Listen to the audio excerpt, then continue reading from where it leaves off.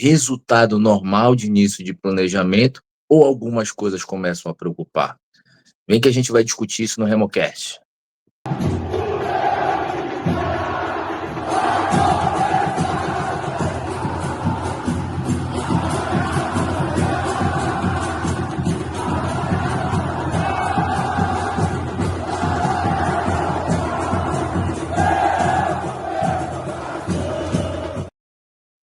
E antes da gente falar sobre esse jogo aí da segunda rodada do Campeonato Paraense, a gente deixa sempre 3 pedidos.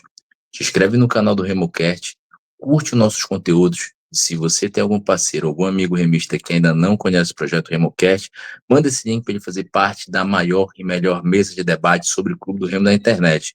E hoje eu chamo para compor essa mesa aqui meu parceiro Carlos Egídio, lá diretamente do RJ. Salve, salve, meu amigo, tudo certo, parceiro?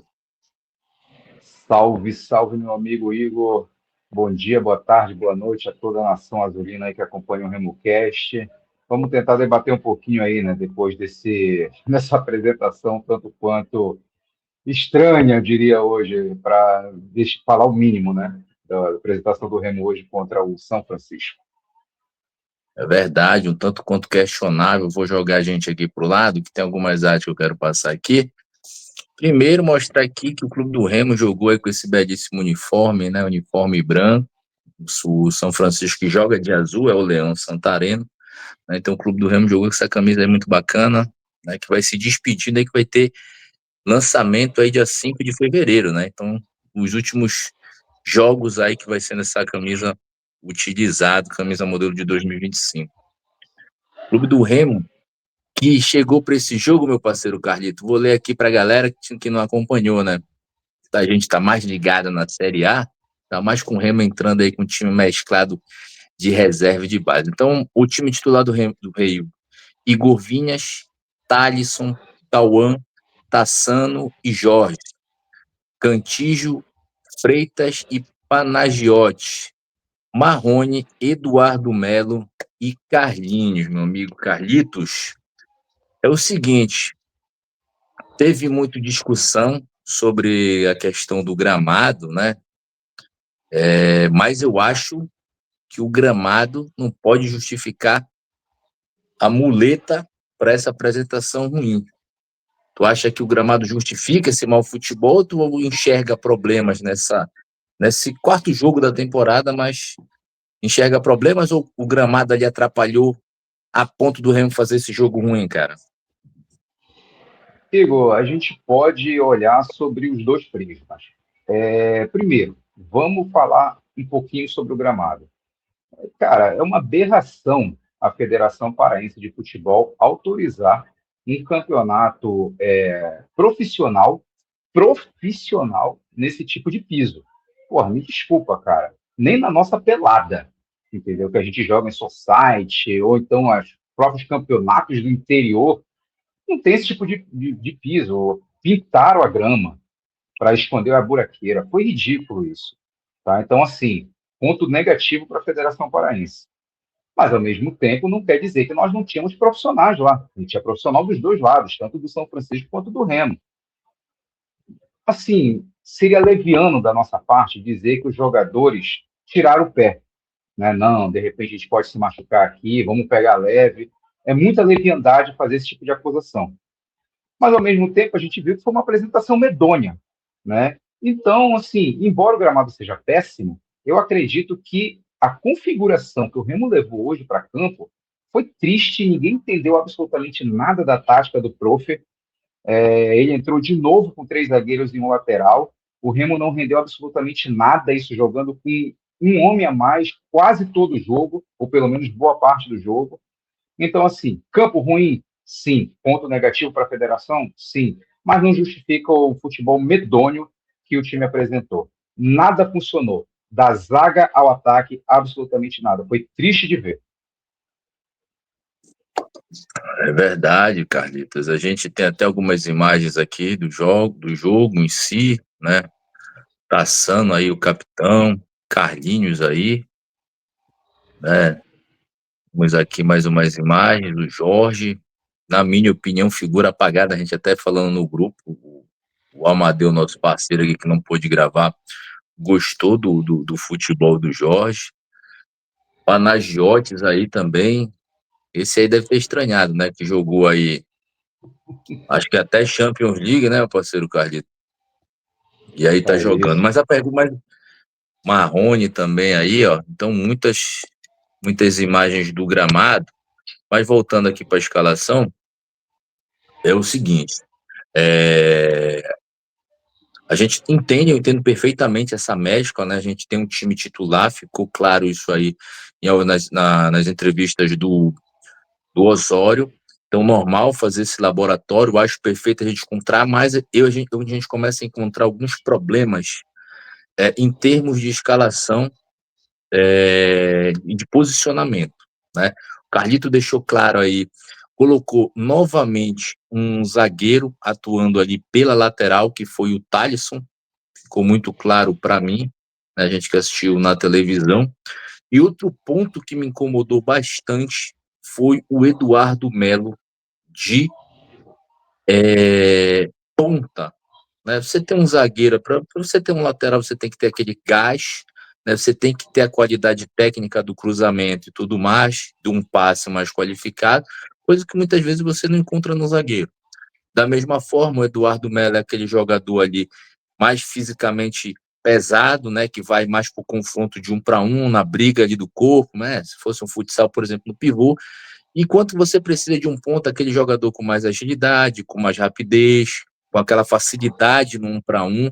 Então, essa questão começa a me incomodar no trabalho do Osório. Tu também concorda com isso?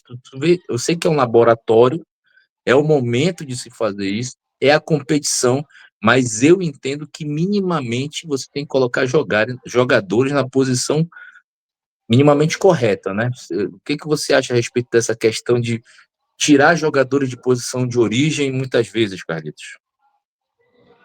Eu estou plenamente de acordo com você, meu amigo. Você é a voz da razão.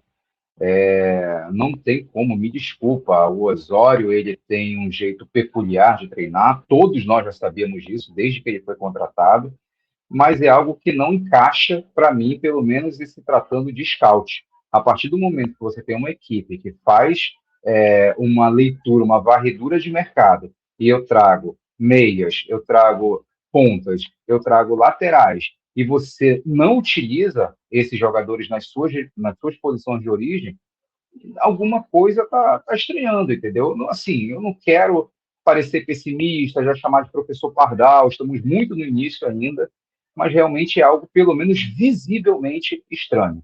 Tá? Você ter jogadores que estão exercendo funções aos quais, em tese, não fazem parte do labor dos próprios. Né?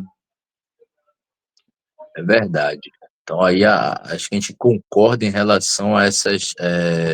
Como a gente disse, é um laboratório, é a competição correta, mas, assim, minimamente nas condições, para você ter condições do atleta poder mostrar melhor seu futebol. Se você colocar um cara ali completamente fora de posição, ele vai se queimar. E não tem condições, muitas vezes, de desenvolver aquela. Não tem a qualidade técnica para fazer aquela função que está sendo pedida. Então, acaba nem sendo satisfatório para o atleta, muitas vezes, passar.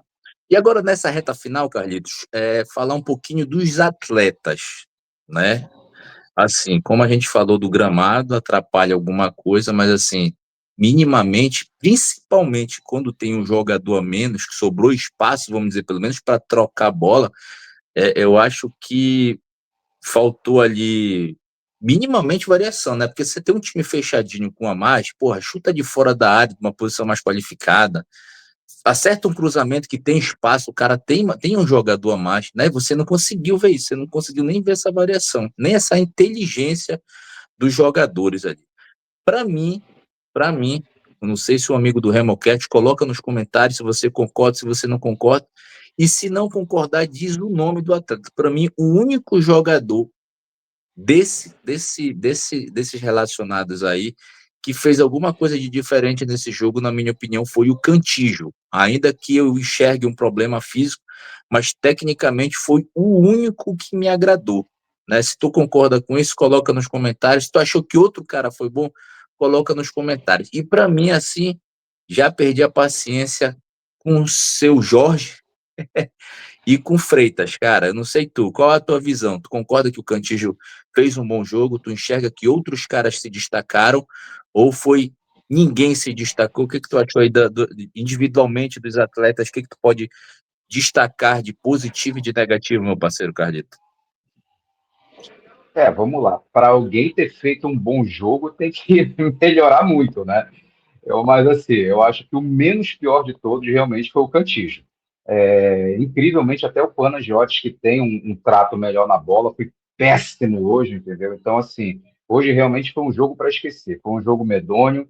O Cantillo se destacou minimamente nesse time aí, inclusive nas nossas redes lá, no particular, nosso amigo até comentou: eu não consigo nem comentar esse tipo de jogo. Eu acho que a gente pode tirar uma lição, sim, desse jogo.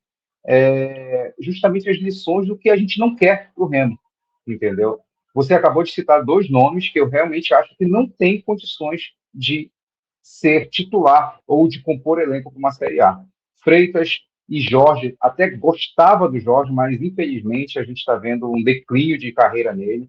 Então, assim, e fora que o Osório, o Profê, por enquanto, não está ajudando, né? A gente não sabe também qual é o esquema tático dele.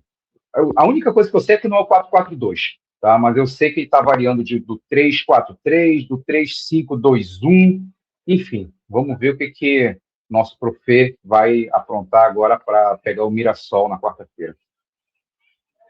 É verdade, contra o Mirassol a gente espera que venha com força máxima, já comece a diminuir essa questão da, das experimentações, né, que continue isso aí, e acho também que quem entrar, né, participe mais, né, o salário desses caras que estão aí, ainda que não sendo o titular do Osório, são salários elevados e precisam entregar mais, né, o torcedor está pagando aí, não no Paraense, mas vai ter um ingresso aí de 100, R$ 200, minimamente os jogadores precisam mostrar uma qualidade que justifique o preço do ingresso.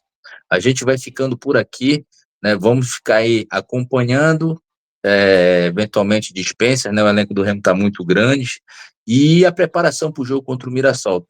Não é isso, Carlito? Vamos indo nessa, né, parceiro? Vamos indo, Igor. Se você tiver oportunidade, você que está em Belém, por favor, prepare um caribé para o Marrone, porque, cara, que preguiça, meu irmão. O cara tá sem sangue. Leva ele no hemóvel, por favor. É verdade, tá aí a bronca, né? Eu acho que alguns jogadores realmente deixaram a desejar e precisam demonstrar um pouquinho mais, até mesmo para compor o elenco, né, cara? Uma oportunidade de ouro dessa aí, uma vitrine dessa para se destacar, para ganhar um bom contrato, enfim, para justificar aí, todo mundo queria ser um jogador de futebol e esses caras aí com essa oportunidade, muitas vezes desperdiçando. A gente vai ficando por aqui, continua acompanhando o Remocast e mais notícias a gente volta por aqui. Um forte abraço, valeu!